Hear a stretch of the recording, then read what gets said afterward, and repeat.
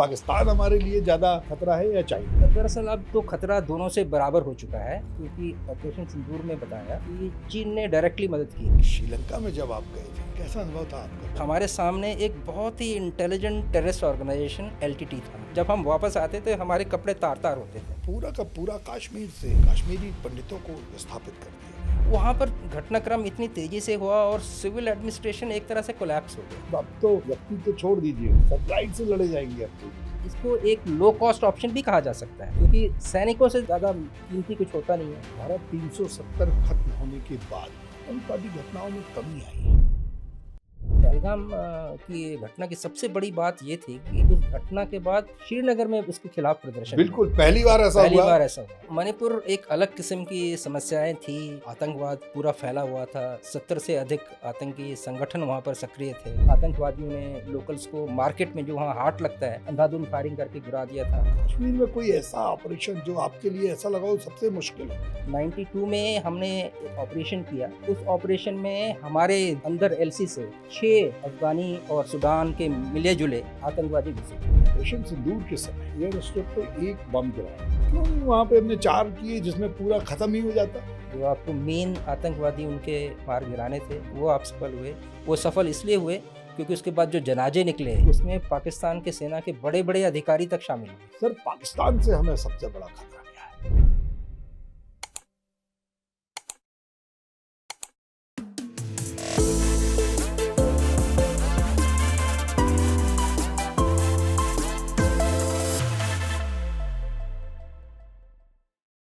मित्रों नमस्कार। The first talk में आपका एक बार फिर स्वागत है। लेकिन आज का दिन बहुत महत्वपूर्ण है। हम आजादी की 80वीं वर्षगांठ मना रहे हैं। दोस्तों, हमने आजादी की लड़ाई तो नहीं देखी, लेकिन आजादी की लड़ाई के विषय में सुना है। हमारी फौज के गौरव की गाथाएं सुनी हैं। आजादी के बाद से अभी तक हमारी फौज ने हमें घर में आसान, सुरक्षित और बेहतर नींद लेने का मौका दिया है। हम कभी भी चिंतित नहीं रहे और न हम कभी चिंतित होंगे कि हमारी सरहदों की सुरक्षा कौन कर रहा है। सियाचिन का ग्लेशियर हो या रेगिस्तान की तपती धूप, हमारे सैनिक, हमारे फौजी और हमारे सैन्य अधिकारी हमारी रक्षा के लिए है। उन्हीं में से एक लेफ्टिनेंट जनरल M.K. दास साहब हमारे साथ हैं। सर आपको सैल्यूट। जय हिंद सजीव जी। जय हिंद सर। जय हिंद, जय भारत। जय भारत। सर मैं जानना चाहता हूं कि फौज का सफर आपका कैसा रहा? शुरुआत से आपने क्या बचपन से ही सोचा था कि आपको फौज में जाना है? संजीव जी सच कहूँ तो सबसे पहले तो आप सभी को 80वीं स्वतंत्रता दिवस की बहुत सारी शुभकामनाएं, सैल्यूटेशंस और जय हिंद। मैं अपने आप में कहूँ तो मैं एक कैरियर सोल्जर तो नहीं था। ऐसे ज़िंदगी में कई संभावनाएं बनती हैं जो रास्ता ढूंढ लेती हैं और आपको मंजिल तक पहुंचाती हैं।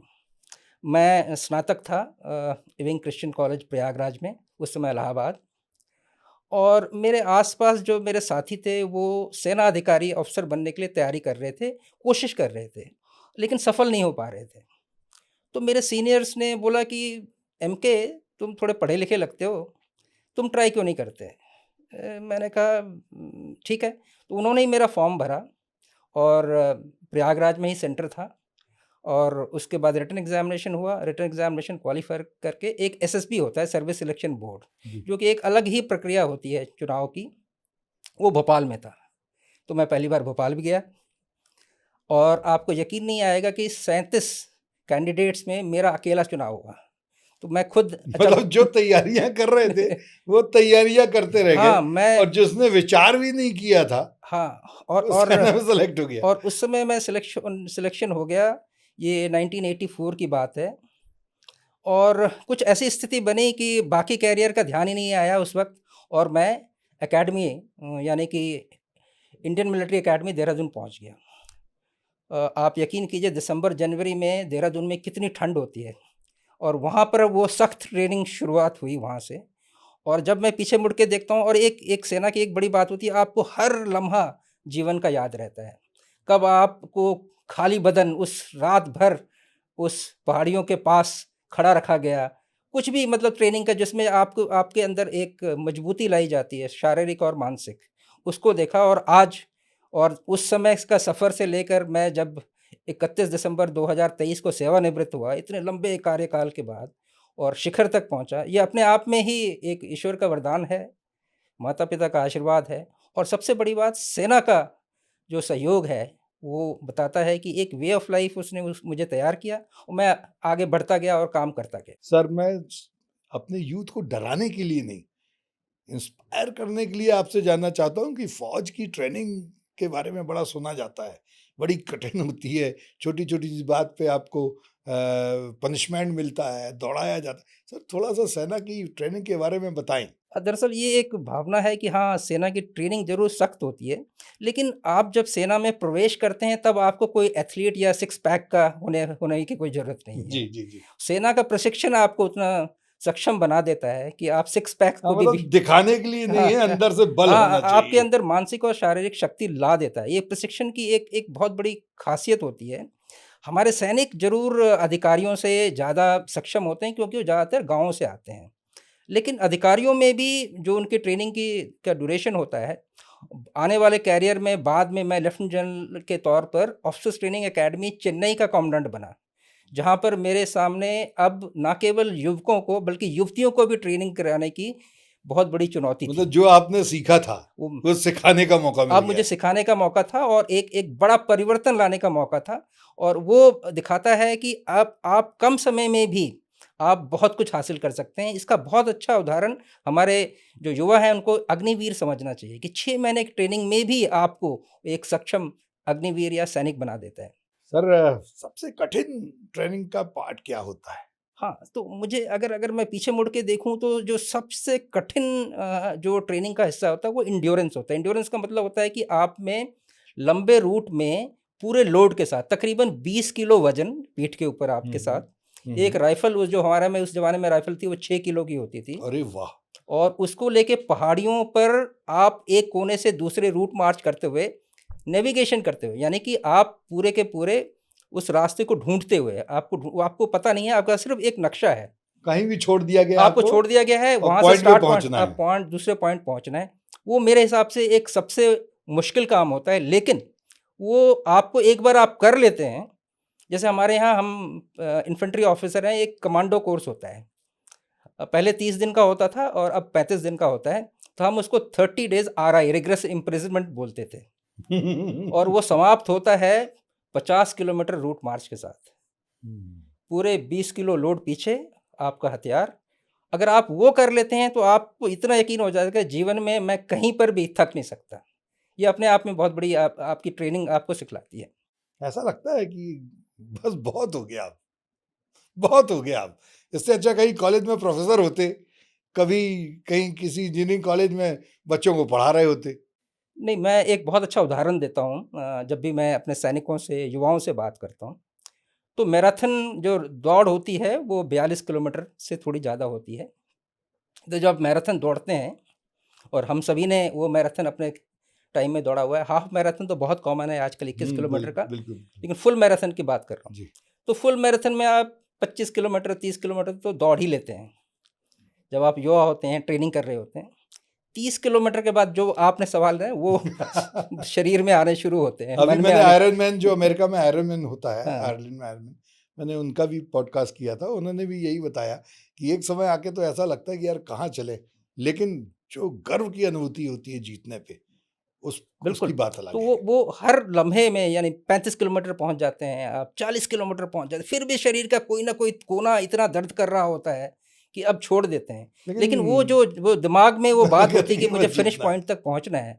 ये सबसे अच्छा एक उदाहरण है कि किस तरह से हम अपने-अपने उद्देश्यों को छोटे-छोटे करते हुए पहुँचते हैं। सर, आपने तो बहुत सर्व किया है देश के लिए, कश्मीर, श्रीलंका और नॉर्थ ईस्ट।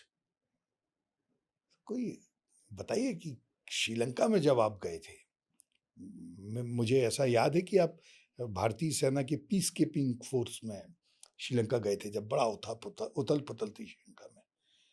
कोई कहाँ से बम आएगा और कौन किसको मारेगा, ये भी जानकारी थी। कैसा अनुभव था आपका? क्या क्या सोच के गए थे आप? तो हम उस समय जब 1987 में गए थे, Indian peace keeping force Rajiv Gandhi ji प्रधानमंत्री थे और श्रीलंका के अनुरोध पर गई हुई थी। इसका फ़र्क ये था कि Indian peace keeping force United Nations जैसी पीस कीपिंग फोर्स नहीं थी। ये 2 देशों के बीच का एक एक आपसी समझौता था जिसके तहत भारतीय सेना गई थी। और हमें ये बताया गया था कि हम बहुत थोड़े समय के लिए जा रहे हैं।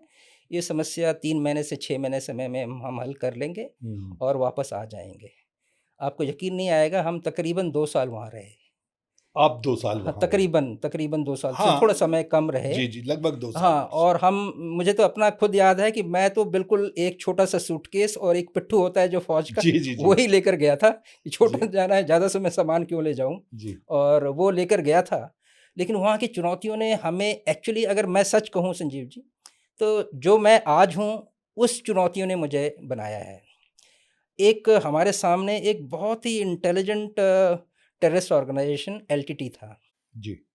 एलटीटी और जिसका पूरा उद्देश्य था कि मारना है मारना मुझे। है और वो मरने कोई को तैयार, कोई वो दया हाँ, नहीं कोई थी दया जिनमें। नहीं, बहुत ही बर्बर जो बाद में आईसिस ने किया, आईएसआईएस ने जी, जी, किया, जी, जिस जी, तरह की जी। बर्बरता दिखाई, बिल्कुल। उन्होंने उस ज़माने में दिखाई थी। प्रभाकरन करन के हाँ, नेतृत्व में बिल्कुल, ये चलता था। नेतृत्व में चलता रहा।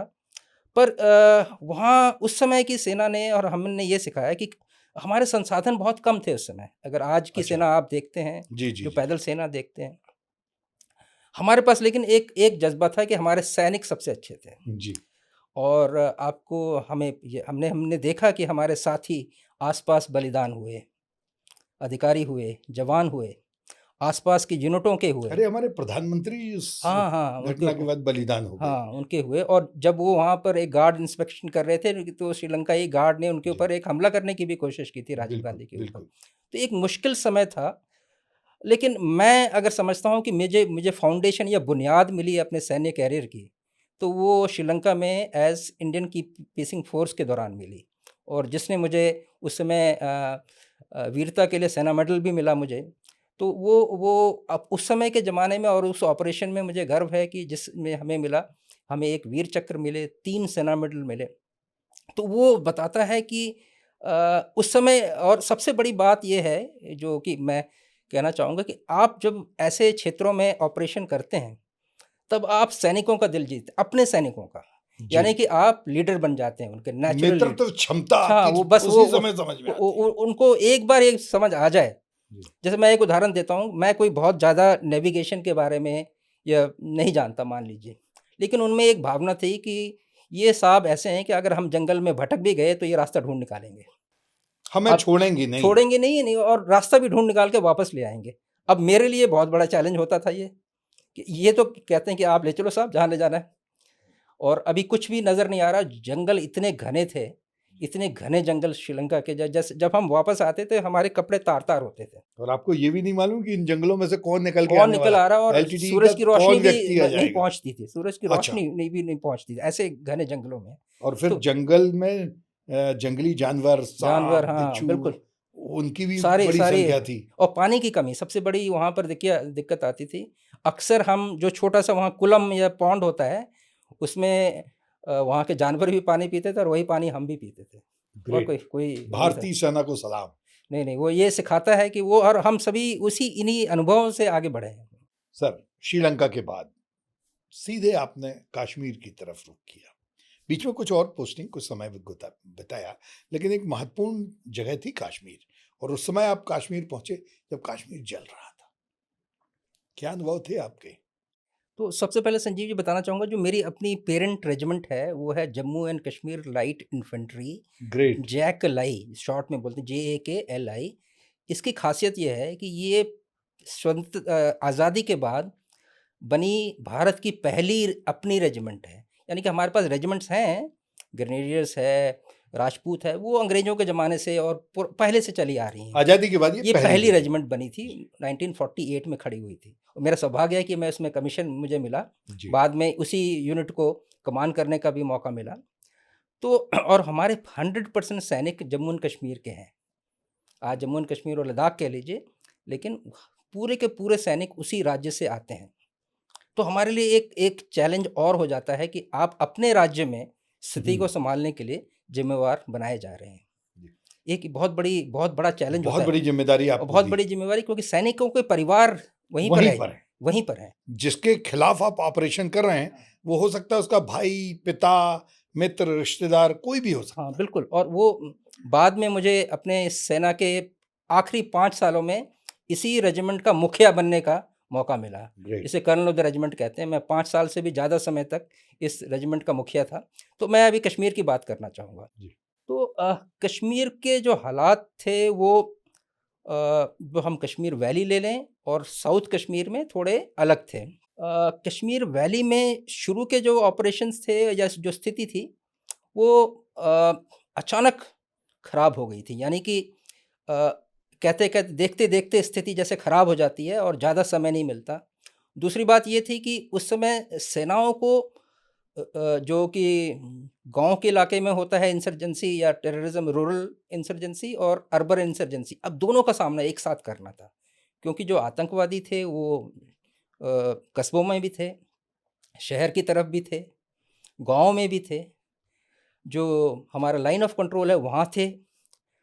फ़ॉरेन के जो टेररिस्ट थे वो भी थे, यानी कि जिन्होंने अफ़गानिस्तान में लड़ा हुआ था वो भी थे। आपको यकीन नहीं आएगा, 92 में हमने एक ऑपरेशन किया। उस ऑपरेशन में हमारे अंदर एलसी से 6 अफ़गानी और सूडान के मिले-जुले आतंकवादी घुसे थे। उनको हमें बर्बाद करने में, उनको ख़त्म करने में तकरीबन 1 सप्ताह का समय लगा, क्योंकि वो बिल्कुल ट्रेन्ड आतंकवादी थे। एक दूसरा वो था जो कि हमारा कश्मीरी आतंकवादी था, जो कि हमारा ही था, जो आतंकवादी बना था। उसके बनिस्बत आप इसके देखिए, जो कि फ़ॉरेन टेररिस्ट था, वो बहुत ट्रेन्ड था। जिसने कि रशियन आर्मी से मुकाबला किया हुआ था। उस किस्म के लोगों को वो उन्होंने भेजा था, पाकिस्तान ने हमारे खिलाफ। तो हमने बहुत अच्छी तरह से फिर उनको बर्बाद किया। समय लगा हमें, क्योंकि वो एक शुरुआत जब थी, हमारे लोगों के बीच हमें लड़ना था। ये भी परहेज़ रखना था कि हमारे लोगों का कोई नुकसान ना हो। जी। भारतीय सेना की एक बहुत बड़ी ख़ासियत है, जो आपको मैं यहाँ पर बताना चाहूँगा, कि भारतीय सेना जब भी अपने इलाके में आतंकवाद के खिलाफ युद्ध करती है, तो पूरे संयम बरतते हुए करती है। हाँ, हमारे सैनिकों को कुछ ना हो, हमारे नागरिकों को कुछ ना नागरिकों को हो कुछ ना हो। और यदि हो सके, हुँ। तो आतंकवादी भी गिरफ्तार कर लिए। हाँ, बिल्कुल। और वो अगर सरेंडर करते हैं, हम उसका सरेंडर एक्सेप्ट करते हैं।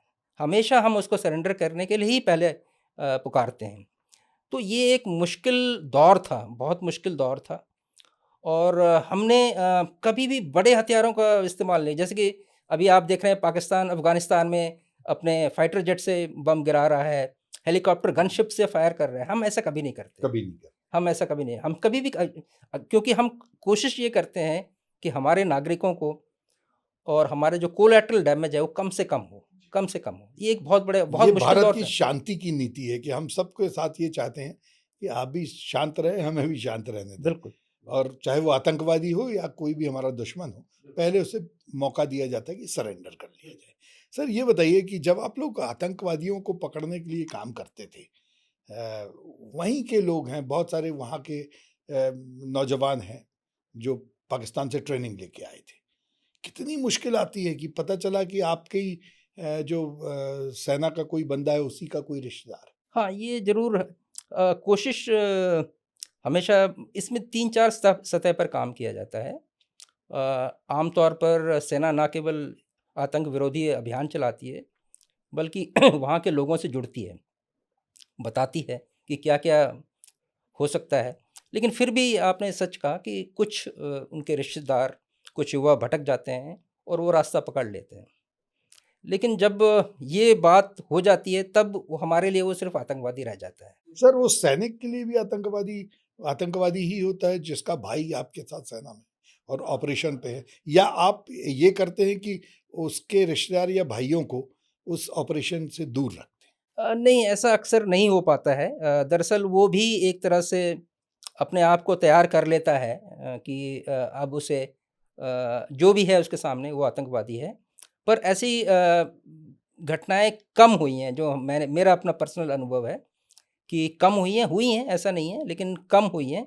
हाँ, दुविधा ज़रूर रहती है, लेकिन सैनिकों के की मैं तारीफ़ करना चाहूँगा कि वो कभी भी ऑपरेशन से पीछे नहीं हटते हैं। जब भी उन्हें आदेश मिलता है, और आपको पता है कि आतंकवाद की खबर कभी भी आती है, तो हमारी टुकड़ी तैयार रहती है, वो स्टैंड बाई रहती है। वो सिर्फ़ सारा बूट, एम्युनिशन सब तैयार रहता है, सिर्फ़ अपना हथियार उठाती है और निकल पड़ती है।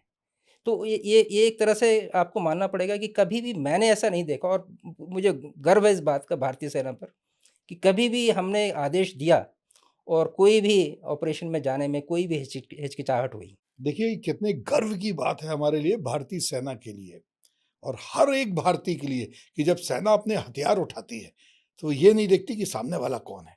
वो ये देखती है कि उसके अपराध कितने हैं, वो आतंकवादी है क्या, क्या वो विदेश से लाया गया है, और यदि है तो उसकी सज़ा तो मिलती है।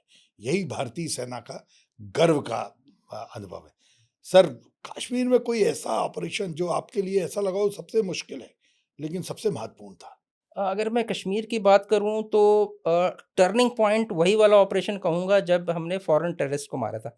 दरअसल 92 में जब ये ऑपरेशन किया था, तो उससे पहले ऐसी कोई खुफ़िया जानकारी नहीं थी कि फॉरेन टेररिस्ट हैं यहाँ पर। उस समय तक ये सोच-विचार और जो प्लानिंग चल रही थी कि जो आतंकवादी हैं, 2 किस्म के हैं। एक जो पाकिस्तान से ट्रेनिंग कर लेके आ रहे हैं, और कुछ हमारे अपने ही हैं जो जो कि लोकल टेररिस्ट कहते थे हम उनको, वो हैं। तो इसी बात पर ऑपरेशन प्लान हो रहे थे, खुफ़िया जानकारी आती थी, उसी के हिसाब से काम होता था। लेकिन जब 92 में ये पहली बार हुआ, तब हमें इसकी इसकी कितना बड़ी समस्या हमारे सामने है, और उसका एहसास हुआ। उसका एहसास हुआ जम्मू एंड कश्मीर में बड़े पैमाने पर। और उससे एक नीति, जिस तरह से हमारी टैक्टिक्स है वो बदली, क्योंकि अब हमारे सामने वो नौसिखिया कोई नहीं था। एक बहुत ही एलटीटी जैसा ट्रेंड ऑर्गेनाइजेशन था। ऑर्गेनाइजेशन था, जिसको पूरी रसद आ रही थी, पूरी ट्रेनिंग आ रही थी, उसके पास कम्युनिकेशन था। और धीरे-धीरे जम्मू कश्मीर में आपको ये भी जानना होगा कि ओवरग्राउंड वर्कर्स की तादाद बढ़ा रहे थे। यानी कि जो आम जनता है वहाँ पर जम्मू कश्मीर में, वो उनके साथ जुड़ गए। उनके साथ जोड़ने के, ताकि उनको वो रसद दे सकें, उनको मदद पहुँचा सकें, सेना कहाँ पर ऑपरेशन कर रही है उसकी कुछ खुफिया। को लालच देकर, कुछ को दहशत देकर। हाँ, ये ज़्यादातर लालच देकर। ज़्यादातर केसेस में ये पाया गया कि लालच देकर वो ओवरग्राउंड वर्कर्स की एक टोली बना रहे थे, और ये अगर मैं कहूँ तो उसको भी ध्वस्त करने में हमें काफ़ी समय लगा। सर, पूरा का पूरा कश्मीर से कश्मीरी पंडितों को वहाँ से विस्थापित कर दिया गया। आपको ये मानना पड़ेगा कि एक एक सरकार होती है, उसके पास पुलिस होती है, उसके पास खुफिया जानकारी होती है, फिर सेनाओं को बुलाया जाता है। वहाँ पर घटनाक्रम इतनी तेज़ी से हुआ और सिविल एडमिनिस्ट्रेशन एक तरह से कोलैप्स हो गया। सिविल एडमिनिस्ट्रेशन, जब नागरिक प्रशासन ही अपना काम नहीं कर पाता, तो फिर नागरिकों के लिए बहुत बड़ी समस्या हो जाती है। सेना उनकी मदद कर सकती है, लेकिन आप उस ज़माने में सेना के पास ना केवल जम्मू कश्मीर, आपको ये भी याद रखना पड़ेगा, उस समय पूरा का पूरा नॉर्थ ईस्ट पूरा एक्टिव बिल्कुल। था। अ, पंजाब में भी समस्या चल रही थी। मैं बहुत गिने-चुने अधिकारियों में हूँ जिन्होंने जी। पंजाब का आतंकवाद भी देखा है। वाह! बहुत कम लोगों को वो मौका मिला। अनुभव है कि आप श्रीलंका, कश्मीर, पंजाब और नॉर्थ ईस्ट, हाँ, मतलब जहाँ आतंकवाद होता था, मेरे को लगता है नहीं, नहीं, कि मैं एम के दैस साहब की पोस्टिंग कर नहीं, दी नहीं, जाती थी। मैं इसे अपना सौभाग्य समझूँगा, लेकिन मैं पंजाब में आतंकवाद में तकरीबन सिर्फ़ 4 महीने ही था वहाँ पर, क्योंकि जी। सेनाओं को बहुत सीमित तौर पर पंजाब के आतंकवाद में जोड़ा गया था, और वो ख़ास तौर पर उनको ये काम दिया गया था कि आप पुलिस की मदद करें। हुँ, हुँ। और आपको याद है कि वहाँ पर चुनाव भी हुए थे, असेंबली इलेक्शन भी 90। ऑपरेशन ब्लू स्टार के समय आप थे नहीं, नहीं, क्या? नहीं, ब्लू स्टार तो काफ़ी पहले हुआ था, पहले हो लेकिन चुका उसका है। आफ्टर इफ़ेक्ट आप कह सकते हैं, जो जी। पंजाब में देख मिलिटेंसी बहुत आई। बिल्कुल, बहुत समय तक मिलिटेंसी आई, चलता रहा। जी। और मेरी यूनिट मेरे कमीशन होने से पहले वो उस इलाके के आसपास रह चुकी थी। तो मेरे पास जो सैनिक थे, उनको अनुभव था। उन्होंने मुझे बहुत सारे अपने अनुभव साझा किए। मेरे सैनिकों में सिख सैनिक भी शामिल हैं। तकरीबन सवा सौ, 150 सैनिक मेरे पलटन में सिख थे। सिख भी थे, लेकिन जम्मू कश्मीर के रहने वाले। सर, कैसे आप उनको मतलब तैयार करते होंगे कि भई सिख सैनिक हैं और सिखों के खिलाफ अब उन्हें कार्रवाई करनी है। वो भी वहाँ भी वही स्थिति आती थी कि भाई, चाचा, मित्र, रिश्तेदार आतंकवादियों के साथ है और फ़ौज में आपके साथ फ़ौजी है। हाँ, वो उसमें रिश्तेदार कम थे, क्योंकि वो हमारे सैनिक तो जम्मू कश्मीर के थे। लेकिन हाँ, वहाँ की जो भावनाएँ थी उनको समझने में हमें मदद मिली। और हमने ये पाया कि जो आतंकवाद है वहाँ का, और जो जिस तरह से युवा उसके साथ जुड़ा है, पुलिस को क्या समस्याएँ आ रही हैं इस समय। उस समय बहुत सारे और भी ह्यूमन राइट एक्टिविस्ट आ गए थे। आपको एक चीज़ और मैं बताना चाहूँगा कि जब भी हम आतंक विरोधी अभियान करते हैं और उस ख़ास तौर पर 90 के दशक कह लूँ, 2000 वाला दशक कह लूँ, अ, मैं अपने मणिपुर के अनुभव भी बताऊँ तो ह्यूमन राइट्स के जो वॉच डॉग्स थे, हम्म, विद ड्यू रिगार्ड, मतलब उनको मैं पूरा सम्मान देते हुए कहता हूँ, उन्होंने बहुत हद तक हमें डिफेंसिव कर दिया था जी कि जी। एक कोई ह्यूमन राइट वायलेशन हो जाएगा, आपके ऊपर इल्ज़ाम लग जाएगा, आप और बिल्कुल ही आप कुछ नहीं कर एक तरफ सकते। वो जो थे पत्थर चला रहे थे, गोलियां चला रहे थे और कुछ भी करते थे, और आप जब करते थे तो ह्यूमन राइट एक्टिविस्ट जो हैं वो आपके खिलाफ बिल्कुल, कार्रवाई ये करते थे। ये सोच ज़रूर इस सरकार के नीचे बदली है। बहुत मैं मणिपुर में 2014 तक रहा, 2012 से 2014 बहुत मुश्किल समय था वो भी। जबकि एक एक कठिन मोड़ पर थे। मणिपुर में 70 से ज़्यादा आतंकवादी गिरोह हैं, हम्म, 70 से सबसे ज़्यादा, ज्यादा आतंकवादी 70 से गिरोह है। ज़्यादा वहाँ पर जी। सक्रिय हैं। और मैं मणिपुर में जब था तो घाटी जो वहाँ की जहाँ सबसे बड़ी आबादी रहती है, इम्फाल और उसके आस-पास क्षेत्र, वो मेरा इलाका था। वो बताता है कि और बहुत दिक्कत होती थी, बहुत मैंने देखा है, उस समय जस्टिस हेगड़े कमेटी का भी इन्वेस्टिगेशन चल रहा था ह्यूमन राइट वायलेशन का, पुराने केसेस का, जिसकी ज़िम्मेवारी मुझे दी गई थी कि उसको देखो कि ठीक-ठाक हो जाए। बाद में ये सब कुछ ख़त्म हो गया। लेकिन वो जो दौर था, ये एक देशवासियों को जानना बहुत ज़रूरी है कि सेना बहुत ही ज़्यादा ये जो ह्यूमन राइट्स एक्टिविस्ट के जो जो जो समस्याएँ थी, उनसे जूझती रही। और हम as a leaders, as commanders, ये बहुत मुश्किल होता था कि कैसे हम साफ-सुथरे, सो कॉल्ड साफ-सुथरे ऑपरेशन करें, बेदाग ऑपरेशंस करें। ताकि कभी कोई आरोप ना लगा सके। बिल्कुल। ऑपरेशन तो बढ़िया है ही, ऑपरेशन तो जिसके खिलाफ किया किया जा रहा है, लेकिन आपके ऊपर कोई आरोप भी ना लगे। बिल्कुल, भारतीय सेना, क्योंकि पूरी दुनिया की नजर जो है हमारे वीर सैनिकों पर होती है। बिल्कुल। सर ये बताइए कि एक सैनिक और एक फौजी अधिकारी जो कमांडेंट होते हैं, उनकी सोच में क्या अंतर होता है? बुनियादी तौर पर दोनों सैनिक हैं। एक जब हम अधिकारी बन भी जाते हैं, अपने जीवन के कम से कम 5 से 6 साल शुरू के, हम ज़्यादातर समय सैनिकों के साथ ही बिताते हैं। ऑपरेशंस कर लीजिए, अगर आप किसी पीस स्टेशन में हैं, तो उनके साथ आप फिज़िकल ट्रेनिंग करते हैं, गेम्स खेलते हैं, उनके साथ खाना खाते हैं, आउटडोर एक्सरसाइज के लिए जाते हैं।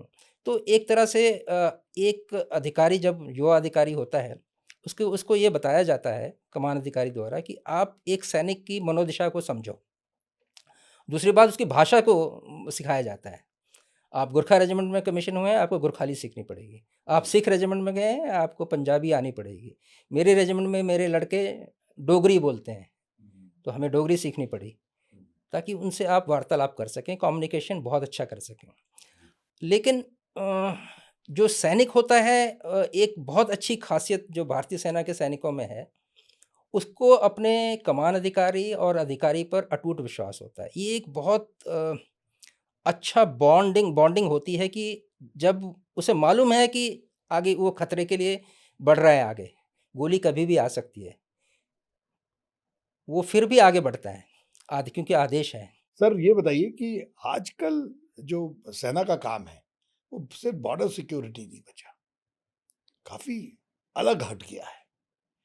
तो क्या सेना को बॉर्डर सिक्योरिटी से हट के जनता के बीच में या अन्य कामों में लगाया जाना चाहिए? नहीं, मैं इसको ऐसे कहना चाहूँगा कि जो वॉरफेयर है, युद्ध की जो पद्धति है, उसका स्वरूप बदला है। तो अभी तक ये सिखाया जाता था कि युद्ध 2 देशों के बीच होते हैं, हम्म। दोनों के बीच एक अंतर्राष्ट्रीय सीमा होती है या अब तो इंटरनेशनल। अपने लोगों के बीच में युद्ध हाँ, होते हाँ, हैं। हाँ। अब जो युद्ध का बिल्कुल स्वरूप ही बदल गया है। बिल्कुल। तो अब युद्ध आप डायरेक्टली नहीं लड़ रहे हैं, आपके बदले आपका प्रॉक्सी लड़ रहा है, आपके बिहाफ़ पर। पाकिस्तान का युद्ध लश्कर-ए-तैयबा और जैश मोहम्मद लड़ रहे हैं। बिल्कुल ठीक है। ईरान का युद्ध उसका हिज़्बुल्लाह और हूथी लड़ रहे हैं, हमास में भी उसके लोग हमास हैं, में भी लोग और इराक के मिलिशिया भी इसके लड़ रहे हैं। उसी तरह से ये बहुत सारा जो इसका स्वरूप बदला है, और अब साथ में ड्रोन टेक्नोलॉजी आ यस, गई। मैं भी वही बोलने वाला था कि अब तो व्यक्ति तो छोड़ दीजिए, युद्ध हवा में लड़े जा रहे हैं। सैटेलाइट से लड़े जाएंगे अब तो युद्ध। इसकी शुरुआत हुई 2022 बिल्कुल, में, युद्ध की तकनीक बदल गई। तकनीक बदली वहाँ अब से। तो सेना को भी हाँ, अपग्रेड होना पड़ रहा सेना है। को बहुत जल्दी अपग्रेड होना पड़ रहा है, और आपकी सोच अगेन, अब आपको जैसे मैंने बताया था कि आतंकवादी के खिलाफ आप 2 कदम आगे रहते हैं, इसी तरह अब तकनीकी रूप से तकनीकी के लिए आगे होंगे। आपको आगे होना पड़ेगा। जी, और इसलिए भारतीय सेना में और भारतीय सशस्त्र सेनाओं में, नेवी और एयरफोर्स की भी बात करें तो एक बड़ा बदलाव आया है, और जिस पर अभी बहुत काम किया जाना बाकी है। अब तकनीकी से ड्रोन, मिसाइल्स आपके जो एस्टैब्लिशमेंट हैं, उस पर घात किए जाते हैं। तो दरअसल युद्ध बहुत हद तक पूरे आपके नागरिकों के बीच और दुनिया के नागरिकों के बीच एक स्पेक्टिकल या एक नज़ारा बन गया है, जिसमें युद्ध का तकरीबन लाइव टेलीकास्ट होता है। यस, सबकी नज़र है अब। सबकी नज़र है आपके ऊपर। अल जज़ीरा ने शुरू किया था सबसे पहले हाँ, ईरान। और ये चलेगा, कुछ वर्षों तक ज़रूर चलेगा। उसके लिए ये है कि इसको एक लो कॉस्ट ऑप्शन भी कहा जा सकता है। वो क्यों? क्योंकि सैनिकों से तो ज़्यादा कीमती कुछ होता नहीं है। बिल्कुल। तो आप उनको बिना ज़मीन पर उतारे या बिना बूट्स ऑन ग्राउंड किए आप काफ़ी कुछ हासिल कर सकते हैं। इसका एक अच्छा उदाहरण हम भारतीय सेना ने ऑपरेशन सिंदूर में दिया, जी, पिछले साल मई में। 4 दिनों में ही 100 से ज़्यादा आतंकवादी मार गिराए, और पाकिस्तान सेना की युद्ध करने की क्षमता ही समाप्त कर दी, तहस-नहस कर दिया। तहस-नहस कर दिया। सारे तो एयर स्ट्रिप्स आपने हाँ, उड़ा दिए, हाँ, और और सारे आतंकवादी ठिकानों को नेस्तनाबूद कर बिल्कुल, दिया, बिल्कुल। और आखिर पाकिस्तान को घुटनों पर आना पड़ा। एक उदाहरण देना चाहूँगा, यहीं एसजीओसी मध्य भारत एरिया, यहीं जबलपुर में, तो हमने एक नवाचार का कॉम्पिटिशन किया। जी, सेना जो का नाम। सेना के अंदर ही, हाँ, सेना के अंदर नवाचार का। और वहाँ पर हमारे पास एक हवाई यानी कि दुश्मन के हवाई जहाज़ों के खिलाफ एंटी एयरक्राफ्ट गन थी, जो कि 180 डिग्री घूमती थी, जिसकी गन एक कोने से दूसरे कोने में आधी घूमती थी। तो हमने उनसे कहा कि इसको आप लोग क्या पूरा नहीं घुमा सकते? 360 और नहीं कर सकते। ये तकरीबन 30 साल पुराना इक्विपमेंट है, जी। जो सेना में अभी भी चला आ रहा है। तो उन्होंने बोला हाँ, कोशिश करते हैं, मतलब कोशिश कीजिए। तो उन्हें 6 महीने लगे। 6 महीने बाद मेरे सामने उन्होंने ला के खड़ा कर दिया कि ये देखिए सर, ये तो अभी 360 डिग्री घूम रही है। मैं भी अचंभित रह गया, मैंने तो ऐसे ही कहा था कि शायद थोड़ा बहुत और बढ़ा देंगे। तो ये हमारे इंजीनियर्स की और सैनिकों का कमाल है, और मैं आपको बड़े गर्व के साथ कहना चाहता हूँ, यही गन फिर बाद में हमने सेना मुख्यालय को बताया कि भई, और हमारे पास ये गन काफ़ी पड़ी हुई थी, तो उन्होंने धीरे-धीरे हमारे पास भेजा, और उन सबको मॉडिफ़ाई किया गया, और इन्हीं गनों ने ऑपरेशन सिंदूर में कमाल दिखाया। सर, ये बताइए कि ऑपरेशन सिंदूर के समय सामान्य लोगों की ये बात है कि जब हम एयर स्ट्रिप पे एक बम गिरा रहे थे, तो हमने 4 क्यों नहीं गिरा दिए, जिसमें लंबे समय तक उनको बहुत कम डैमेज किया है। दरअसल एक होता है डैमेज असेसमेंट। हर स्ट्राइक के बाद एक कार्रवाई की जाती है, जिसे बोलते हैं डैमेज असेसमेंट, यानी कि आपने जो डैमेज किया है, उसका कितना असर हुआ ज़मीन पर। और वो डैमेज असेसमेंट ही बताता है कि आप आगे और कितने बम गिराएँगे। दुश्मन के हवाई स्ट्रिप पर जब हम बम गिराते हैं, उसका मतलब ये होता है कि हम उस स्ट्रिप को कितने दिनों तक वो इस्तेमाल डैमेज नहीं कर जी, सकते। डैमेज मतलब कर वो दिया। रिपेयर करेगा उसको, ऐसा नहीं है कि हाँ, रिपेयर नहीं लेकिन करेगा, कितने समय तक नहीं कर नहीं पाएगा। कर सकता। अगर वो हमारा मकसद हल हो जाता है 1 बम से या 2 बम से, आपको ये बताना चाहूँगा, ये प्रिसिज़न बम जो हैं, बहुत महँगे होते हैं। जी, जी, जी। ये बहुत महँगे बम होते हैं, इनको बहुत सोच समझ के चलाना उपयोग पड़ता किया है। जाता है। ये पटाखे नहीं है। जी, जी, जी। नहीं सर, लेकिन क्या है कि जैसे आपने हेडक्वार्टर लश्कर-ए-तैयबा के हेडक्वार्टर में किया, तो आम जनता ने, जिन्होंने आजकल तो सब कुछ टीवी पे दिखता है, कुछ तस्वीरें हमने जारी की, कुछ पाकिस्तान टीवी से आई कि एक डैमेज हुआ, क्यों नहीं वहाँ पे हमने 4 किए जिसमें पूरा खत्म ही हो जाता? हाँ, देखिए, भारतीय सेना की अगेन एक बड़ी अच्छी आपको खूबी दिखाऊँगा। ये जब ऑपरेशन किया, तो हमने कोशिश की कि उनके जो नमाज़ी हैं, नमाज़ करके निकल चुके हों। वहाँ कोई नमाज़ी ना हो उस वक़्त। जी, हम चाहते तो बहुत ज़्यादा आम पब्लिक को नुकसान हो नुकसान सकता, होगा। हो बस सकता था। वही है जो भारतीय सेना का हाँ, फिर वो एक जो अच्छा जो रूप सामने वो आया। अच्छा रूप है। दूसरी बात ये है कि आपके जो खुफ़िया जानकारी होती है, वो आपको बता देती है कि आपने वो हासिल किया कि नहीं। जो आपको मेन आतंकवादी उनके मार गिराने थे, वो आप सफल हुए। वो सफल इसलिए हुए क्योंकि उसके बाद जो जनाजे निकले, जी, जी। उसमें पाकिस्तान के सेना के बड़े-बड़े अधिकारी तक शामिल हुए। तो आप बता सकते हैं कि कितना बड़ा गठजोड़ है पाकिस्तानी सेना सेना और आतंकवाद का। मित्रों, बिल्कुल आप देखिए कि भारतीय सेना का एक अच्छा रूप तो वो भी था कि जब कारगिल युद्ध हुआ और पाकिस्तान ने अपने सैनिकों की बॉडी लेने से इनकार कर दिया, तब भारतीय सेना ने, सर अगर मैं सही हूं तो उनका जो उनकी रीति रिवाज थे, हुँ। उस रीति रिवाज का पालन करते हुए उनकी बॉडी को सुपर्द खाक किया था। बिल्कुल, बिल्कुल। करगिल के युद्ध में मैंने हिस्सा नहीं लिया था, लेकिन मेरे रेजिमेंट के बहुत सारे यूनिट्स ने हिस्सा लिया है, जो हमारी, और बहुत शानदार कामयाबी पाई है, बहुत शानदार कामयाबी पाई मेरे यूनिटों ने। सर ये बताइए कि भारत को इस समय काफी ऐसा लग रहा है कि हम चारों तरफ से अपने मित्र देशों के साथ नहीं है। एक तरफ पाकिस्तान हमारा दुश्मन है, दूसरी तरफ चाइना है, अब तो नेपाल, बांग्लादेश, श्रीलंका, ये भी हमें आग दिखा रहे हैं। तो सर ऐसा क्यों हो रहा है आखिर? हम कहाँ कमजोरी में हैं? हमारी फौज इतनी मजबूत है, हमारी टेक्नोलॉजी इतनी मजबूत है, उसके बाद भी ऐसा क्यों है कि ये छोटे-छोटे से देश भी हमें अब आँख दिखा रहे हैं? संजीव जी, मैं ये कहना चाहूँगा कि भारत को जो सामरिक दृष्टि से एलिफेंट या हाथी कहा जाता है, और चीन को ड्रैगन कहा जाता है। तो हम तो हाथी की विशेषता जानते हैं, हाथी विशाल होता है, लेकिन शांत होता है, शाकाहारी होता है। जी, जी, जी। सर तो ये बताइए, पाकिस्तान हमारे लिए ज़्यादा खतरा है या चाइना? दरअसल अब तो खतरा दोनों से बराबर हो चुका है, क्योंकि अब जो उन्होंने ऑपरेशन सिंदूर में बताया कि चीन ने डायरेक्टली मदद की। इससे पहले चीन ने कभी भी डायरेक्ट मदद पाकिस्तान की नहीं की थी, जब भी भारत-पाक युद्ध हुआ था। 1947 से लेकर अगर हम लगातार आगे देखते चलें, कभी भी डायरेक्ट मदद नहीं की थी। इनडायरेक्टली तो करता ही आया है। लेकिन ऑपरेशन सिंदूर में और उसके दौरान, यानी कि जब पहलगाम आतंकवादी हमला हुआ 22 अप्रैल को पिछले साल, उसे मालूम था कि भारत बदला तो लेगा।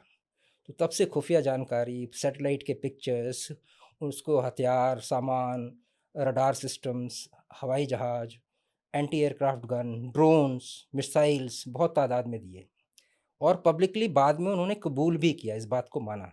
तो अब एक तरह से भारत के साथ जो खतरा है, अगर हम पाकिस्तान को खतरा मानते हैं, तो चीन का खतरा उसमें निहित है।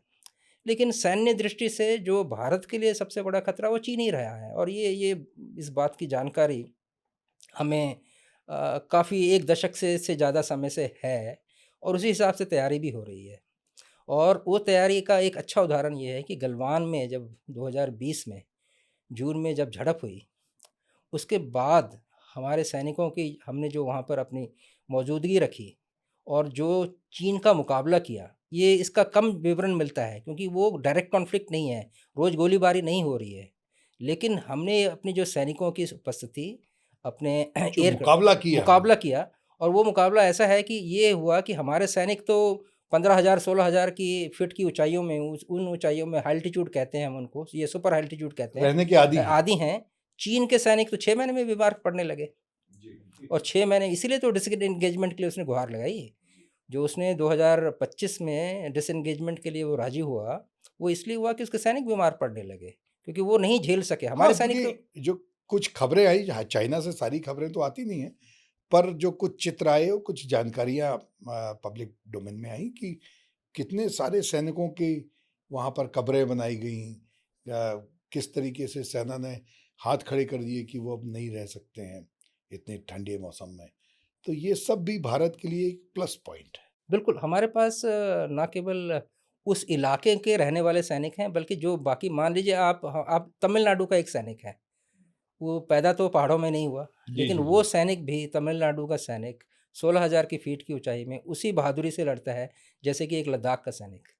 तो ये बताता है कि आपका प्रशिक्षण और आपका जो आपका कैसे आप सैनिकों को तैयार करते हैं। चीन का हम बहुत नुकसान हुआ है, उसने सारी चीज़ें सार्वजनिक नहीं की हैं, लेकिन उसे काफ़ी नुकसान हुआ है, और वो कई बार ये भी बात आती है कि अगर चीन हमला करेगा, चीन अभी इसलिए हमला नहीं करेगा कि जब तक हमारे पास हमारे सक्षम सैनिक हैं, वो उस किस्म का, वो छोटी-मोटी चीज़ें करता रहेगा।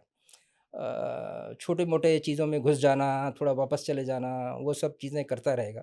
लेकिन वो आमना-सामना जैसे कहते हैं ना, जैसे सामने गुत्थम-गुत्था की लड़ाई, उसमें वो अभी तैयार नहीं है। क्योंकि वो चाइना को एक डर उसके बिज़नेस का भी तो है। भारत एक चाइना के लिए एक बहुत बड़ा मार्केट है। यदि किसी भी तरह से चाइना हमारे साथ युद्ध करता है, सैनिक युद्ध करता है, तो उसका बहुत बड़ा बिज़नेस भी प्रभावित होगा भारत। हाँ, वो भी होगा, लेकिन आप चाइना को अगर आप देखें, उसके नेतृत्व को देखें उनको, और मैं हमेशा, मुझे भी सेना ने तैयार किया था चाइना के खिलाफ और उसके एज़ अ स्पेशलिस्ट वहाँ पर। तो मेरी जानकारी ये कहती है कि अभी उसका पूरा का पूरा ध्यान ताइवान की तरफ है, और वो पूरी कोशिश कर रहा है कि अगले 2 साल, 3 साल, 2030 तक का तो उसने प्लान बनाया है कि ताइवान उसके साथ आ शामिल हो जाए, जाए, राइट। बिना लड़े।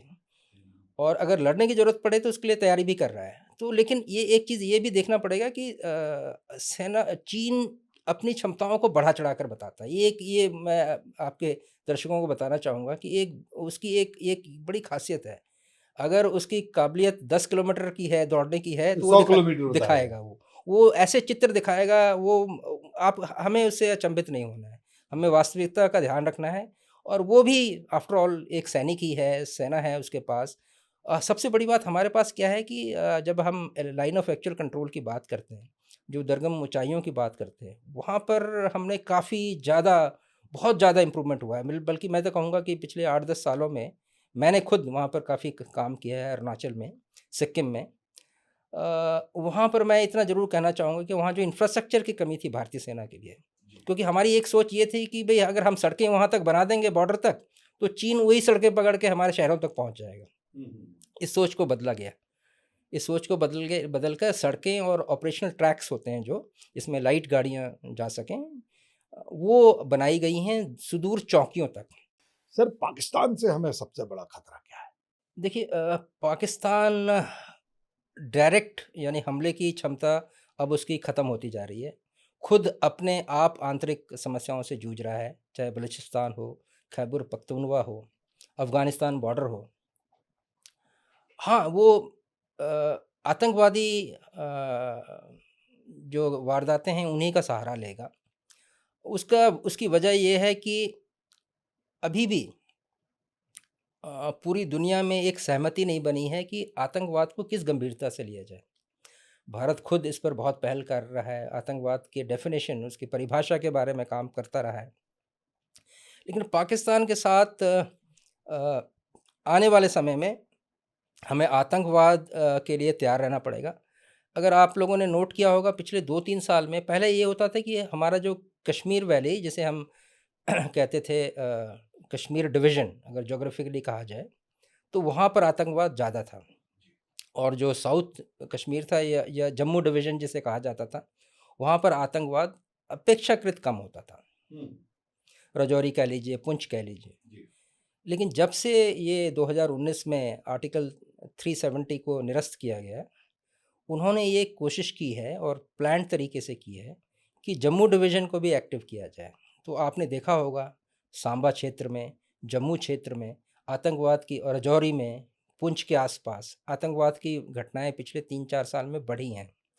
उसका मकसद बहुत सिंपल है कि वो जो कश्मीर डिवीज़न है, वहाँ तो आतंकवाद को ज़िंदा रखना ही चाहता है और रखना ज़्यादा सक्षम होगा। ये जो इलाका जहाँ पर अपेक्षाकृत कम हिंसा नहीं थी, था। अब यहाँ पर भी उसने इसका दायरा बढ़ा दिया है। उसका मकसद बहुत ही आसान है कि भारतीय सेनाओं को दोनों जगह पर बाँध के रखना, दोनों जगह पर बाँध के रखना। लेकिन ऐसे लगता है और जानकारी है कि धारा 370 खत्म होने के बाद आतंकवादी घटनाओं में कमी आई है। बिल्कुल, बिल्कुल कमी आई है, और इसमें आप देख लीजिए अब तो स्टोन पेल्टिंग खत्म ही हो गया खत्म ही है। हो गई। जो तो बच्चे जो जो वो पत्थर चला रहे थे, हाँ, वो कलम चला रहे चला हैं। रहे हैं, वो मेन धारा में जुड़ गए हैं। तो आतंकवाद में बहुत कमी आई है। आप टूरिस्ट की संख्या देख लीजिए। मेरा तो श्रीनगर आना-जाना लगा रहता है। मेरा जो हमारा जो ट्रेनिंग यूनिट है मुख्यालय है, आपकी सर, रेजिमेंट है, और उसका मुख्यालय रेजिमेंट जो है है वो जी। श्रीनगर में ही है, एयरपोर्ट के पास ही है बल्कि। वहाँ तो आप टूरिस्ट की संख्या देखिए, फ्लाइट्स देखिए। किसी ज़माने में श्रीनगर की फ़्लाइट 4 बजे आखिरी फ़्लाइट होती थी, अब रात की फ़्लाइट्स हैं वहाँ पर। तो और अगर आप डल लेक और आसपास जाएँ रात के समय, कितने बड़ी तादाद में हाँ, आपको इसको। एक चोट पहलगाम घटना के बाद लगी थी, लेकिन उस ज़ख्म को बहुत जल्दी भारतीय टूरिस्टों ने और कश्मीर के लोगों ने मिलकर ख़त्म कर लिया। हाँ, बिल्कुल। और पहलगाम की घटना की सबसे बड़ी बात ये थी कि उस घटना के बाद कश्मीर में, श्रीनगर में उसके खिलाफ प्रदर्शन हुए। बिल्कुल, पहली बार ऐसा पहली हुआ बार ऐसा हुआ। कि इस घटना को लेकर कश्मीर में विरोध प्रदर्शन हाँ, हुए थे। विरोध प्रदर्शन हुआ। ये अपने आप में बहुत बड़ा बदलाव था। सर, कैसा देखते हैं आप जब भारतीय लाल चौक पे भारतीय तिरंगा लहराता है और हज़ारों तिरंगे लेके लोग वहाँ पे जुलूस निकालते हैं, जहाँ पर तिरंगा फहराने में की मनाही थी। बहुत गर्व महसूस होता है। बहुत सीना चौड़ा हो जाता है जब ये मैं अक्सर खुद जब जाता हूँ श्रीनगर तो उधर जाता ही हूँ। लोगों से भी मिलता हूँ, बातचीत करता हूँ और ये बताता है कि कितना बड़ा परिवर्तन आया है ये, और ये परिवर्तन लाना आसान नहीं था। जी। मैं उन सैनिकों को सलाम करना चाहूँगा, जिन्होंने 90 के दशक में से लेकर अब तक ये स्थिति को पहुँचाया है। इसके पीछे उनके इतना बड़ा बड़ा काम रहा है, उनका बलिदान रहा है, उनकी मेहनत रही है, उनकी सोच रही है और देशभक्ति का जज़्बा तो था ही। तो ये बताता है कि ये बदलाव लाया जा सकता है और आपने खुद हमारे देश में देखा कि नक्सलवाद को तकरीबन ख़त्म कर दिया। सर, तो इसमें सेना के साथ-साथ क्या आप सोचते हैं कि भारतीय राजनीतिक जो इच्छा शक्ति है, वो भी बहुत आवश्यक है? भारत के प्रधानमंत्री की सोच जो है, भारत के गृह मंत्री की जो सोच है, उससे ये हम लक्ष्य प्राप्त कर सकें। हाँ, राजनीतिक बिकॉज़ ये मानना पड़ेगा कि जब सेनाएँ काम करती हैं, उनको पॉलिटिकल बैकिंग तो चाहिए। जी, जी। बिना पॉलिटिकल बैकिंग के वो मसला हल नहीं हो पाता। अगर आप मैं 2 अच्छे उदाहरण, जैसे आपने बताया कश्मीर का एक अच्छा उदाहरण, दूसरा नॉर्थ ईस्ट में ख़ास तौर पर जहाँ मैंने असम में सेवा की और वहाँ पर भी तकरीबन आतंकवाद ख़त्म हो गया है। और मैं भी वो वहाँ पर बहुत कठिन दौर देखा मैंने 2004 से 2007 के बीच। वो स्थिति से आज असम देश के ज़्यादा प्रगतिशील राज्यों में शामिल हो चुका है। अ, जो राजनीतिक इच्छा शक्ति है वो सेनाओं को, अर्धसैनिक बलों को, पुलिस को वो भरोसा दिलाती है कि सरकार आपके साथ है। आप ये मान के चलिए कि जब ये आतंक विरोधी अभियान आप चलाते हैं, कुछ न कुछ तो गलती होगी। हाँ, होगी। मैं तो अपने सैनिकों को कहता था कि ये काजल की कोठरी है, थोड़ी जी। बहुत कालिख लग गंदगी तो जाए तो लग के ठीक आएगी। लग जाएगी जब आप 100 लोगों के हाँ, बीच में काम कर रहे हैं, हाँ, जिसमें आपको यही नहीं मालूम कि कौन आतंकवादी हाँ, है, कौन नहीं है, तो कभी गलती की संभावना हाँ। तो हो सकती है। उस समय जो राजनीतिक बैकिंग है, जी। वो आपके काम आती है। बिकॉज़ आपके इरादे बिल्कुल आप दुश्मन को ही मारने चले थे। गलती से कभी वो हो जाता है। ये नहीं कि आप इंटेंशनली कुछ कर रहे हैं। तो ये राजनीतिक इच्छा शक्ति फिर फ़ौजों को और वो उस काबिल बनाती हैं, उनको प्रोफ़ेशनल बनाती हैं, उनको ज़िम्मेवारी का भी एहसास दिलाती हैं। और वो फिर वो एक एक कल्चरल चेंज आता है। एक एक ना जैसे आप पहले डर एक कहते हम तो ये कहते थे कि हम अपना एक हाथ बाँध कर लड़ते थे। लड़ते, ठीक है, बिल्कुल, अभी हमारे दोनों हाथ खुले हैं। खोले। सर, लेकिन ये बताइए कि जो दृश्य हम लोगों ने टीवी पे देखे हैं, रील में देखे हैं, बिल्कुल हिला देते हैं कि सैनिक चले जा रहे हैं अपना सामान लेके, छोटे-छोटे बच्चे उनको मार रहे हैं, उनकी टोपी गिरा रहे हैं, कोई उनको पत्थर मार रहा है। मतलब ऐसा लगता था कि ये क्या है? हमारे सैनिकों इतने गर्व वाले सैनिक हैं, इतने साहसी सैनिक हैं और उनके साथ और वो बिल्कुल चुपचाप, बिल्कुल शांति से लाइन लगा के चले जा रहे हैं और उनके साथ इतनी अभद्रता की जा रही है। हाँ, बहुत पीड़ा होती है जब ऐसे दृश्य देखते हैं और ये एक आपको ये कहना पड़ेगा कि उन सैनिकों का एक किस्म की ट्रेनिंग है, प्रशिक्षण है जो उनको ये संयम के लिए तैयार करता है। उन्हें बताया जाता है कि आपके लोग गुस्सा हैं, वो गुस्सा निकालने का एक तरीका है ये है। अ, सर, तो दरअसल आप लोगों को गुस्सा नहीं आता? बिल्कुल एक अफ़सर के नाते जब आप देखते हैं कि आपका सैनिक अकारण पिट रहा है, अकारण पिट नहीं रहा है तो बेइज़्ज़ती की जा रही है, उसकी इंसल्ट की जा रही है। जहाँ पर एक सैनिक निकलता है तो हम खड़े होकर उसको सैल्यूट करते हैं और दूसरी तरफ उन जगहों पे जहाँ पे अच्छा काम करने के लिए सैनिक गया है और उसके साथ इतनी इंसल्टिंग, इतनी बेहूदगी, इतनी बदतमीज़ी की जा रही है। हाँ, ये कठिन स्थितियाँ आती हैं और ये जो अधिकारी उस समय होता है ऑन द स्पॉट उसको भी गुस्सा आता है। लेकिन एक एक एक आपकी ट्रेनिंग, आपकी मैच्योरिटी आपको बताती है कि उस सिचुएशन से कैसे निपटा जाए। मैं एक आप इसका उदाहरण देता हूँ। जी, जी। मणिपुर में था, मैं असम की बात कर रहा हूँ, मणिपुर का और उदाहरण है। असम में ये बात 2005 की है। तो वहाँ पर हमारी एक कंपनी थी, टुकड़ी थी। और उस समय वहाँ पर लोग काफ़ी उग्र हो गए। आतंकवादियों ने लोकल्स को मार्केट में जो वहाँ हाट लगता है, अंधाधुंध फायरिंग करके गिरा दिया था। वहाँ पर दूसरा ग्रुप भी था, वो उसके खिलाफ प्रदर्शन कर रहा था। हज़ारों की भीड़। उस समय धुबरी जो ज़िला है, जो कि बांग्लादेश बॉर्डर पर है, ब्रह्मपुत्र के किनारे, वो भी अपने आप में एक अनोखा ज़िला है। वहाँ पर इकट्ठा हो गई उग्र भीड़। जो वहाँ का सिविल एडमिनिस्ट्रेशन था, डीसी, एसपी, उन्होंने हाथ खड़े कर दिए। मैं उस समय बाहर था, किसी ऑपरेशन में गया हुआ था। वहाँ पर मेरे पास एक कैप्टन रैंक का अधिकारी था उस वक्त, जिसकी 2 साल नौकरी थी। उसका फ़ोन आया कि सर ये आए हैं मेरे पास और कहते हैं कि आप स्थिति को संभालिए, और पत्थर चला रहे हैं, फेंक रहे हैं, सब कुछ कर रहे हैं। मैं बोला अच्छा कोई बात नहीं। अब ऐसे हालात में जो अगर टेक्निकली देखा जाए तो वो लिखित में हमें हैंडओवर करेंगे सिचुएशन, और उसके बाद हम कार्रवाई करेंगे। अभी वो उनके पास ना लिखित देने के लिए कुछ था। मैं बोला अच्छा कोई बात नहीं। तब तक मैंने कोशिश की कि अपने एक जो सीनियर थे उनसे बात करूं, पर वो किसी कॉन्फ्रेंस में थे, बात नहीं हो पा रही थी। फिर मैंने उस अधिकारी को बताया कि कोई बात नहीं, आप अनाउंसमेंट करो। मैं आपके साथ हूँ। हाँ, मैं आपके साथ हूँ, आप सिर्फ अनाउंसमेंट ये करो कि इस भीड़ में जितने बच्चे और बूढ़े हैं, वो चले जाए। नहीं वो आ जाएं, हमारे कैंप के अंदर बैठ जाएं। ओके। उनको आपने बुला लिया। बुला लिया, अंदर आ जाएं। जो युवा हैं वो कर रहे हैं वो अलग हो जाए। और मैंने बोला जो भी तुम्हारे पास चाय का सामान या खाने पीने का है उनको देना।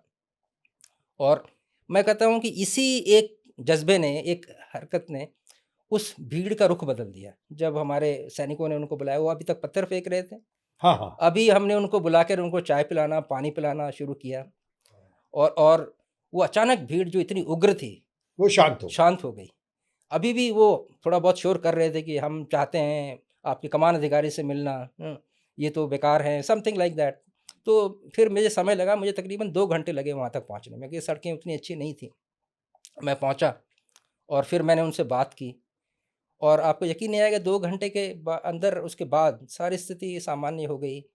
और जब ये अभी तक ये सारा निर्णय मैंने लिया था, मैं अपने सीनियर्स को बता नहीं पाया था। जी, जी। ये जब हो गया उसके बाद मैंने बताया, तो उन्हें आश्चर्य हुआ, और बाद में हमने उस युवा अधिकारी को सम्मानित भी किया। सर, आप मणिपुर के विषय में कुछ बता रहे थे, कुछ ऐसा हुआ कि जो आश्चर्यचकित करने वाला था आपकी? तो मणिपुर एक अलग किस्म की समस्याएँ थी। आतंकवाद पूरा फैला हुआ था, 70 से अधिक आतंकी संगठन वहाँ पर सक्रिय थे। और हमारे लिए सबसे बड़ी समस्या ये हो रही थी कि हम जनता के बीच पहुँच नहीं पा रहे थे, अपनी बात नहीं पहुँचा पा रहे थे। मुझे भी आए हुए वहाँ पर 3 महीने से ज़्यादा का समय हो गया था। फिर मैंने दोबारा लोगों से बातचीत की कि क्या करना चाहिए। फिर लोगों ने बताया कि आप महिलाओं तक पहुँचे। वो जो समाज है वहाँ का, वो महिलाओं की सुनता है। महिलाएँ एक किस्म के समाज का नेतृत्व करती हैं, उसकी दिशा तय करती हैं। और वहाँ पर एक संगठन था मीरा पाइबी, जो कि एक तरह से एनजीओ कह लीजिए, वो महिलाओं के लिए काम करता है वहाँ पर। फिर मैं उनके कार्यकर्ताओं से मिला, 3-4 बार बातचीत हुई। तो मैंने पूछा उनसे कि आपको हमसे क्या शिकायत है? आप ये बताइए। तो उन्होंने बहुत सारी चीज़ें बताई कि आपने इसको उठा लिया, ये कर लिया। तो मैंने उनको सभी को, मैं सबको दीदी कहता था वहाँ पर। मैं दीदी ऐसा है कि जो हथियार उठाएगा उससे तो हम उठाएँगे ही। और लेकिन जैसे आपने, मैंने पहले भी कहा था कि हम जब वो हथियार उठा उसको हम पकड़ लेते हैं तो हम उसे मारते नहीं हैं। हम उसको पकड़ के पुलिस के हवाले करते हैं। उसके बाद कानून उससे निपटता है। तो उन्होंने कहा कि ये ठीक है, लेकिन अभी भी हमारे बहुत सारे लोग आपके साथ पुलिस में पड़े हुए हैं जहाँ पर। तो मैंने बोला अगर उनके पास केस नहीं है कोई तो मैं आपकी मदद करूँगा। आपको यकीन नहीं आएगा कि मैंने, मेरे से आने से पहले के केसेस पड़े हुए थे, उनको उनका अध्ययन किया, और उसमें से तकरीबन, जहाँ तक मुझे याद आता है, 20-22 लोगों को हमने बोला कि इनको रिहा किया जा सकता है। लेकिन यहाँ पर बात ख़त्म नहीं होती। हमने जो रिहा हुए, उनको हमने अपने साथ लिया और उन सभी को स्किल की ट्रेनिंग दी। सभी युवा थे, कोई 20 साल का, कोई 22 साल का, ज़्यादा से ज़्यादा किसी की उम्र 30 साल थी। हमने बोला हमने अपने यूनिट्स को बताया हमारे पास वर्कशॉप होती है, हमारे पास बेकरी होती है, जो भी चीज़ में उसको स्किल डेवलपमेंट चाहिए था, उसको दिया। और आपको यकीन नहीं आएगा इस कदम ने वहाँ के लोगों का दिल जीत लिया। हाँ, उनको लगा कि जिनके खिलाफ जो सालों से जेल में थे, हुँ, सेना ने उन्हें अडॉप्ट कर लिया अडॉप्ट भी किया। और आय का साधन दे दिया, एक स्किल दे दी। बिल्कुल। और दूसरी बात बाद में जब मैं वहाँ पर ज़्यादा 1 साल से ज़्यादा समय हो गया, मैंने देखा कि वहाँ के युवा जो हैं फिज़िकली बहुत टफ़ हैं, बहुत सक्षम हैं, बहुत मजबूत। पहाड़ियों को तो यूँ चढ़ जाते हैं। तो फिर मैंने उनको कहा कि आप सेना में क्यों नहीं आते? तो बोला अब यहाँ तो हालात ख़राब हैं। मैं बोला नहीं, हम आपको सेना के लिए तैयार करेंगे, अधिकारी बनने के लिए भी, अफ़सर बनने के लिए भी और सैनिक बनने के लिए भी, जो आपकी क्षमता है। और तकरीबन मुझे याद है अपना आखिरी 1 साल हमने उस दिशा में बहुत काम किया। और मुझे तो बाद में खुशी हुई जब मैं ऑफ़िसर्स ट्रेनिंग अकेडमी चेन्नई का कमांडेंट था, उसी राज्य के लड़के और लड़कियाँ दोनों कमीशन अधिकारी बन के निकले।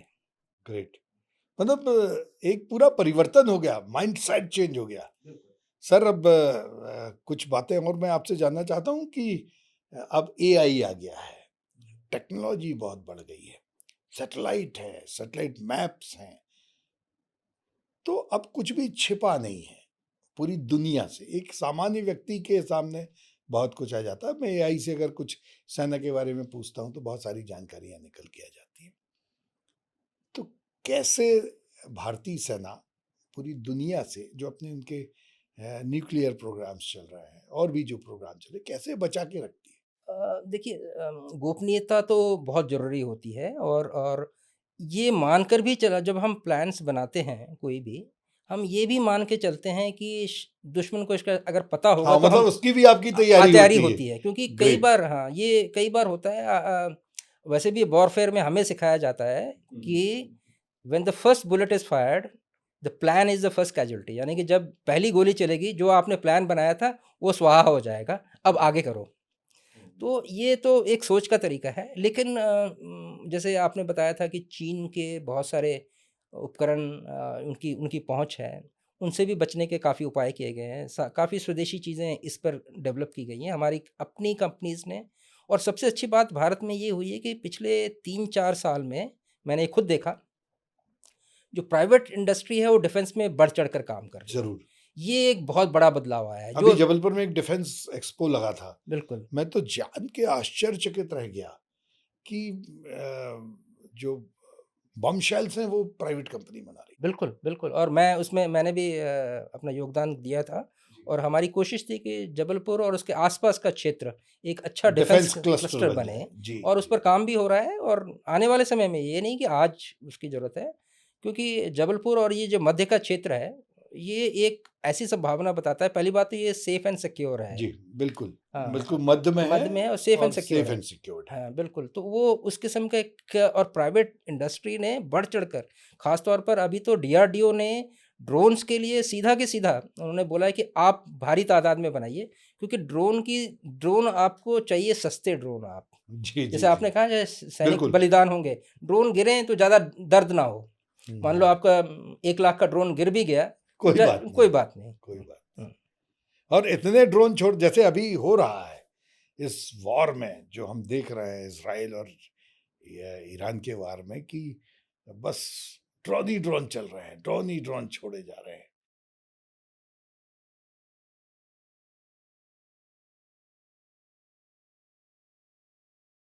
अच्छा, जी।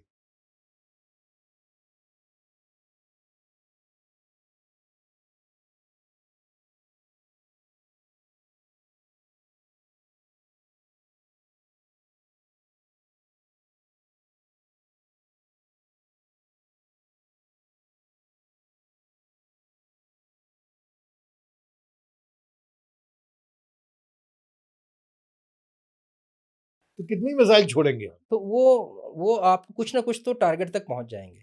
और दूसरी बात ये है कि आपका जो हर टारगेट को आप उसको पूरा का पूरा कवर और प्रोटेक्शन तो नहीं दे सकते ना। कुछ चीज़ें ऊपर में होंगी। जैसे मान लीजिए आपका फ्यूल टैंक जिसमें जिसमें कि आपका पेट्रोल डीजल रखा हुआ है, वहां अब तक पहुंच गया, वहां पहुंच गया तो आग अपने लगाएगा, आप बम बन गया वो बम बन गया और बहुत बड़ी अच्छी तस्वीर आएगी। सर अब कुछ बातें हम आपसे यूथ के विषय में करना चाहते हैं कि एक बड़ा भ्रम फैला कि ये जो अग्निवीर है, ये योजना सैनिकों यूथ के लिए खराब है और 5 साल में आपको अलग कर दिया जाता है। तो क्या सर भारतीय सेना के लिए, भारतीय देश के लिए और यूथ के लिए अग्निवीर की जो योजना है वो कैसी है, कितनी महत्वपूर्ण है? सबसे पहले मैं ये कहना चाहूँगा कि मैं इस योजना की प्लानिंग से जी। ही जुड़ा रहा सेना मुख्यालय में 2020 में, और इसे जून 2022 में लागू किया गया, अनाउंस किया गया। तो इसके पीछे काफ़ी लंबी प्रक्रिया रही प्लानिंग की। ये कोई ऐसा डिसीजन नहीं था जो रातों-रात लिया गया था। इसके पीछे 2 उद्देश्य थे। पहला उद्देश्य ये था कि जब हमने एक डाटा लिया तो हमने पाया कि भारत के जो सैनिक हैं, ख़ास तौर पर जो इन्फेंट्री पैदल सेना जो लड़ने वाले सैनिक हैं, वो ज़्यादातर कुछ क्षेत्रों तक सीमित हैं। नॉर्थ, जो भारत का नॉर्थ है, वहाँ से ज़्यादा सैनिक आते हैं। काफ़ी क्षेत्र है नॉर्थ ईस्ट का, दक्षिण का, वेस्ट का, जहाँ पर बहुत कम सैनिक आते हैं। हाँ, तो राजस्थान, पंजाब, पंजाब, जम्मू कश्मीर, जम्मू कश्मीर, हिमाचल, इस वहाँ से ही ज़्यादा सैनिक वहाँ आते हैं। बिल्कुल। उत्तर प्रदेश, वेस्टर्न यूपी ख़ास तौर पर, और उत्तराखंड तो है ही, जहाँ पर हर परिवार में एक सैनिक है। तो ये फिर जब डाटा लिया गया, ये सोच क्या कि इसमें क्या वजह है कि वहाँ से नहीं आते हैं। तो उनकी सबसे बड़ी ये था कि वो कहते थे कि हम पूरे जीवन सैनिक नहीं, हमें थोड़े समय के सैनिक बनने का चाव है, इच्छा है। तो हमारे पास एक शॉर्ट सर्विस कमीशन अफ़सरों की थी, से आइडिया लेकर इसको 4 साल का एक पैकेज बनाया गया कि एक युवा किसी भी कोने से जो एक सैन्य अनुभव चाहता है, वो लेके आए। दूसरी बात ये थी कि हमें ये भी पाया गया कि जब हम अपने सैनिकों को भर्ती कर रहे थे, वो तकनीकी दृष्टि से वो थोड़े कम सक्षम थे। क्योंकि आधुनिक युद्ध में आपको एआई है, साइबर है, नए-नए नवाचार आएँगे, तो आपको यूथ चाहिए वो जो पढ़ा सैनिक, लिखा हाँ, हो। वो पढ़ा लिखा भी सैनिक भी चाहिए, आपको दक्षिण के भी चाहिए, आपको ऐसे सैनिक चाहिए जो कि नई-नई चीज़ों का की चीज़ों की जानकारी ले सकें, आगे बढ़ सकें, पढ़े लिखे हों। तुरंत सीख सके। तुरंत सीख सकें, ये बहुत बड़ी है, कम समय में सीख सकें। तो इसके लिए अग्निपथ स्कीम बोलते हैं, जिससे अग्निवीर बनते हैं, उसकी योजना बनी। हाँ, ये ज़रूर था कि शुरू में ये बताया गया कि ये एक तरह से टेम्परेरी सर्विस है, 4 साल बाद इसका क्या होगा? लेकिन अब उसका अच्छा प्रबंध कर लिया गया है। पहली बात ये है कि ये जो यूथ है, जो युवा है, हमारा अग्निवीर है, वो एक वेल ट्रेन्ड सैनिक है। और सरकार ने और हम सभी ने ये कहा कि वो पैरामिलिट्री फोर्सेस में ख़ास तौर पर बहुत काबिल साबित होगा, क्योंकि उसके पास सीमाओं का अनुभव है, सेना का डिसिप्लिन है, फिज़िकल फ़िटनेस है और लीडरशिप क्षमता भी है। तो वो ज़रूर जाकर जो हमारे पैरामिलिट्री फोर्सेस हैं, जैसे सीआरपीएफ कह लीजिए, बीएसएफ कह लीजिए, एसएसबी कह लीजिए, वहाँ पर वो अच्छी, और अभी तो असम राइफ़ल में भी लोकल पुलिस में भी और लोकल पुलिस में भी, तो वो अपनी सेवाएँ दे सकता है। इसके अलावा ये भी सोच थी कि कुछ युवा, ज़रूरी नहीं कि हर 100% युवा सेना में ही सेना जाए। में जाएँगे और सीआरपीएफ में जाएँगे। बहुत सारे युवा अपना नया कोई स्टार्टअप शुरू कर सकता है, कोई अपना बिज़नेस शुरू कर सकता है, कोई काम देख सकता है। क्योंकि जो 4 साल के बाद जो सीवरेंस पैकेज है, तकरीबन 20 लाख का है, उसको मिल रहा है। जो कि आज के समय में एक पर्याप्त, अच्छी पर्याप्त पर्याप्त है। जी। रकम होती है, जिसमें वो अपना काम शुरू कर सकता है। और भी कैरियर हैं, जैसे कि आप जब एक अग्निवीर को देखते हैं, तो अगर वो मान लीजिए स्टेट के गवर्नमेंट के जॉब्स के लिए अप्लाई करता है, तो उसके लिए रिज़र्वेशन है उसके लिए। मैं तो चाहूँगा उसमें से कई आईपीएस बने, आईएएस बने, पढ़ लिख कर आगे जाएँ, तो वो सारी क्षमताएँ बढ़ेंगी। पर ये इस साल के आखिर में पहला बैच, जो पहले 2 बैच को तो मैंने खुद यहाँ मध्य भारत एरिया में उनका रिक्रूटमेंट किया, उनकी ट्रेनिंग की, उनको बहुत नज़दीक से देखा, और आपको मैं यकीन दिलाना चाहूँगा कि बेस्ट सैनिक हैं वो। इतने सक्षम, इतने फिट, तो वो देश के लिए, और सबसे बड़ी बात, आने वाले समय में ये हमारे देश के रिज़र्व है, हमारे हर यस, सेना रिज़र्व मेरा है। भी यही सोचना है कि जब ज़रूरत पड़ेगी तो ये हज़ारों की संख्या में सैनिक आपके पास तैयार खड़े हो तैयार हैं जाएंगे। और आगे से तैयार भी किए जा सकते हैं। तो बिल्कुल ये सही। अपने आप में योजना बहुत अच्छी है। अब इसके जो जो आने वाले समय में इस साल के आखिर से और अगले साल में इसको कैसे फलीभूत किया जाए, ज़मीन पर उतारा जाए, लोगों को वो संतुष्टि मिले कि जिस योजना के साथ सरकार लाई थी, उसका क्रियान्वयन ज़मीन पर किया गया है और उनके सारे शक हाँ, दूर हो लोगों जाएँ। को सर्विस मिल गई है, कुछ लोगों ने अच्छे काम, मतलब अब आपने योजना बड़ी अच्छी बना दी। अब उसके उदाहरण पब्लिक के सामने और हमारे यूथ के सामने लेके आना है कि यदि आप अग्निवीर बन रहे हैं, तो आपको ये फ़ायदे। सर, एक बहुत महत्वपूर्ण प्रश्न है। आप हमारे यूथ को क्या संदेश देंगे कि उन्हें सेना में क्यों आना चाहिए और सेना कितनी महत्वपूर्ण है हमारे यूथ के लिए? मेरा ये मानना है कि हमारे युवाओं के लिए भारतीय सेनाएँ बहुत अच्छा कैरियर है। उसकी 2 वजह हैं। पहली बात, सेना को आप एक नौकरी के तौर पर मत देखिए। आप as a way of life देखिए, ज़िंदगी जीने का तरीका, जो आपको देश के विभिन्न कोनों कोनों में ले जाएगा, विदेशों में भी ले जाएगा। आपकी काबिलियत के हिसाब से आप आगे जाएँगे। ये एक ऐसी योजना है, यहाँ पर कोई रिज़र्वेशन नहीं है। आप मेरिट के हिसाब से आते हैं, मेरिट के हिसाब से आप सेवा करते हैं और आगे बढ़ते हैं। और दूसरा बड़ा फ़ायदा ये है कि आप और आपका जो आस-पास का परिवार है, उस पर बहुत बड़ा एक उसका प्रभाव पड़ता है। मैंने ये देखा है कि सैनिकों के बच्चे, उनके आस-पास पड़ोसी बहुत प्रभावित होते हैं।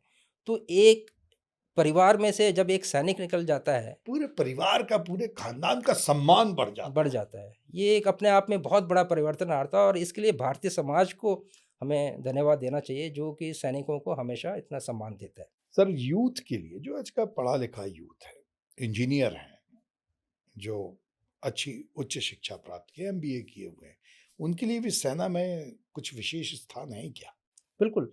तकनीकी दृष्टि से जितने भी हैं उनके लिए हमारी सेपरेट एंट्री है। यानी कि जो जिनके पास बीटेक डिग्री है, एमटेक डिग्री है, उनके लिए बहुत अच्छा स्ट्रीम है।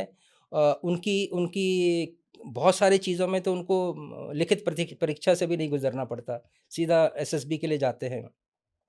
जहाँ तक एमबीए या उनकी बात है, वो सेनाओं में कम आते हैं क्योंकि उनके लिए भारत में और भी दरवाजे खुले हुए हैं, लेकिन हमारे लिए वो एक सामान्य ग्रेजुएट हैं। अगर वो आएँ तो और उनमें काबिलियत है तो उनका भी पूरा स्वागत है। और मैं ये भी यहाँ कहना चाहूँगा कि जो आज के तौर पर मैनेजमेंट सिखाया जाता है, वो लोगों ने मैनेजमेंट तो सेनाओं से ही सीखा है। जी, जी, जी। जो आप कॉलेज में सीख रहे हैं, वो तो हम पहले सिखाते।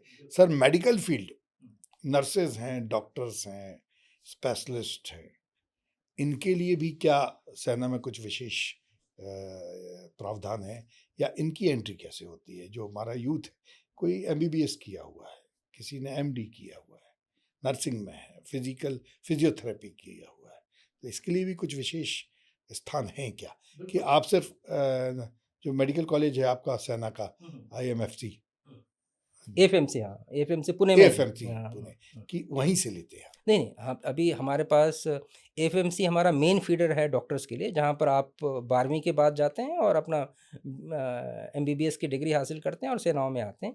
इसके अलावा लगभग आधी संख्या के डॉक्टर हमारे पास मेडिकल कॉलेजेस से आते हैं। और सबसे अच्छी बात ये है कि उनके लिए भी बड़ा आसान है, उनको सिर्फ़ अप्लाई करना है। आई थिंक जहाँ तक मुझे याद आता है 60% ही उनके लिए मार्क्स होते हैं और वो सीधा अप्लाई करते हैं और एक इंटरव्यू फ़ेस करते हैं सिर्फ़। और एक फ़िज़िकल टेस्ट, मतलब उनका फ़िज़िकल मतलब मेडिकल टेस्ट होता है कि आमतौर उनकी शारीरिक संरचना ठीक है। सिर्फ़ इतने से ही उनको सेना में कमीशन मिल जाता है और उनकी ट्रेनिंग भी सिर्फ़ 6 महीने की होती है और सेना में वो कमीशन अधिकारी बन जाते हैं। मैंने देखा है और उसी में से जो आगे कुछ साल, ज़्यादातर उसमें से 10 साल से 14 साल नौकरी करते हैं और जो परमानेंट होना चाहते हैं, वो परमानेंट भी हो जाते हैं और आगे भी आगे बढ़ते हैं। तो हमें दोनों तरफ से, एक तो एएफएमसी पुणे से और पूरे देश के मेडिकल कॉलेजेस से एक डॉक्टर्स की बड़ी तादाद, और आपको ये भी बताना चाहूँगा कि डॉक्टरों की एक बहुत बड़ी संख्या हमें आर्मी मेडिकल कोर में चाहिए होती है। उसके साथ पैरेलल डेंटल कोर भी, जो जो हमारे डेंटिस्ट हैं, वो भी पैरेलल कोर्स है जिसमें कि डेंटिस्ट की रिक्वायरमेंट होती है और वो आते हैं। तीसरा बताया आपने नर्सिंग के लिए। नर्सिंग के लिए भी 2 किस्म के हैं, एक तो महिलाओं के लिए मिलिट्री नर्सिंग सर्विस है जिसमें महिलाओं को अधिकारी के तौर पर बनाया जाता है और वो भी अपना ट्रेनिंग करके आते हैं सिविल से और उनका उनका भी सिलेक्शन होता है, वो भी बहुत ज़रूरी है मेडिकल केयर के लिए। और दूसरा हमारे पास होता है जो हमारे जवान होते हैं आर्मी मेडिकल कोर के, जो कि डॉक्टर्स और नर्सेस की मदद करते हैं। चाहे वो नर्सिंग असिस्टेंट हो, चाहे रेडियोलॉजिस्ट असिस्टेंट हो, टेक्नीशियन हो, वो सारे लोग होते मतलब हैं। सारी फील्ड में सेना के पास सबके लिए अपने हैं बिकॉज़ अपनी योग्यता के अनुसार काम है। बिल्कुल, बस हाँ। आप जितने योग्य हैं, हुँ, वो उस उतना काम आपको मिल हाँ। जाएगा। और सबसे अच्छी बात मैं हमेशा एक हर जगह पर ये कहता हूँ कि जो आपका चुनाव होता है, वो बिल्कुल पारदर्शी होता है, बिल्कुल फ़ेयर होता है। इस पर बहुत गर्व होता है। हुँ। सर, अंत में मैं चाहता हूँ कि आप हमारे यूथ के लिए, खासकर एक और मैं प्रश्न पूछना चाहता हूँ, महिलाओं के लिए भी, जो लड़कियां हैं उनके लिए भी कुछ बताइए, वो सेना में जाएं तो कितना अच्छा करियर है ये। बिल्कुल मैं अपने कैरियर का ऑफिसर्स ट्रेनिंग एकेडमी का कमांडेंट 2 साल रहना, अपने कैरियर का बहुत बड़ा उसका स्थान देता हूँ। वो ऐसी उस समय ऐसी संस्था थी जहाँ पर महिलाओं को भी कमीशन अधिकारी बनाया जाता था और पुरुषों को भी। महिलाओं को इससे पहले 2020 तक शॉर्ट सर्विस कमीशन ही दिया जाता था। फिर 2020 के जो जजमेंट आया जस्टिस चंद्रचूड़ का, उसमें इनको परमानेंट कमीशन यानी कि पुरुषों के समकक्ष बनाया गया कि अब इनको भी परमानेंट कमीशन दिया जाएगा और इसको 2022 से दिया भी गया और आज हम बड़ी सेना में महिलाओं को कर्नल रैंक में कमान अधिकारी के तौर पर देखते हैं। तो महिलाओं के लिए बहुत सारी संभावनाएँ हैं। जब मैं ओटीए चेन्नई में गया तो मैंने पाया कि महिलाओं की ट्रेनिंग अलग होती है, पुरुषों की अलग होती है। चूँकि अब परमानेंट कमीशन मिल चुका था तो मैंने उसकी पद्धति बदली। मैंने बोला नहीं अब जो ट्रेनिंग होगी महिलाओं की और पुरुषों की एक साथ होगी क्योंकि युद्ध में तो एक साथ ही रहना पड़ेगा। वहाँ तो आप नहीं कह सकते कि गोली को ये नहीं पता कि आप महिला हैं या पुरुष महिलाएं हैं। पुरुष।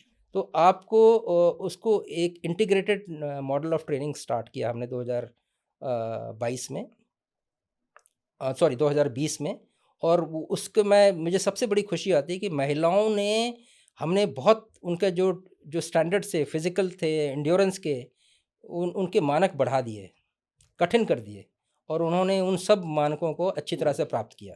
ये बताता है कि महिलाओं में क्षमता है और भारतीय सेना भी बढ़-चढ़ कर अभी सेना ले रही है। कोर ऑफ मिलिट्री पुलिस में एज़ अ सैनिक भी महिलाओं को ले रही है। तो अब धीरे-धीरे संख्या बढ़ रही है। परमानेंट कमीशन के लिए तो अब एनडीए के थ्रू भी महिलाएँ आई हैं। इसी साल जून में उनका पहला बैच पास आउट हुआ था। जब ये महिलाओं की ट्रेनिंग 2020 में 21 में स्टार्ट हो रही थी, तो उनकी एनडीए की टीम मेरे एनडीए पुणे की टीम मेरे पास आई थी देखने के लिए हम महिलाओं को कैसे ट्रेन करते हैं।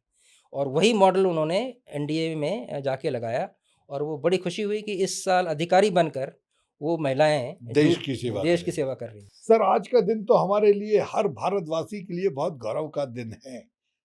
80 वर्ष हो गए हमारे देश को आजाद हुए। सर, आप हमारे देश को कुछ संदेश देना चाहते हैं, कुछ यूथ को कुछ बोलना चाहते हैं, तो जरूर बताइए। ज़रूर आज 80वें स्वतंत्रता दिवस की बहुत सारी शुभकामनाएँ, सैल्यूटेशंस। एक बहुत महत्वपूर्ण पड़ाव पर देश पहुँच गया है और हम बात करते हैं हर घर तिरंगा की। मैं कहूँगा हर मन तिरंगा। हमारा तिरंगा हमारे मन में रहना चाहिए। देशभक्ति की भावना सिर्फ़ सैनिकों का अधिकार नहीं है। हर नागरिक का दायित्व है कि वह देशभक्ति में बराबर का योगदान देता रहे।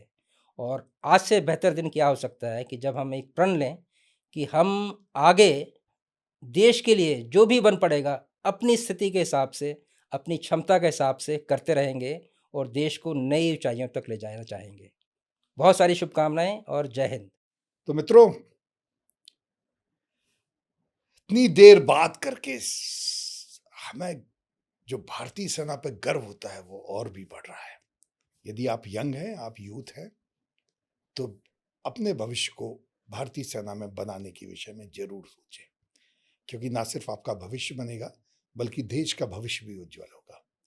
हमारे साथ आज लेफ्टिनेंट जनरल एम के दास साहब थे।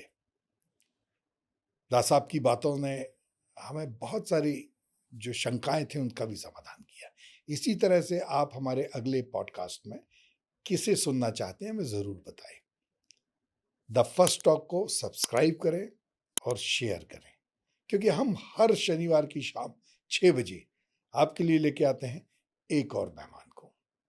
बहुत बहुत धन्यवाद और 80वें स्वतंत्रता दिवस की आपको बहुत बहुत सारी बधाई एवं शुभकामनाएं।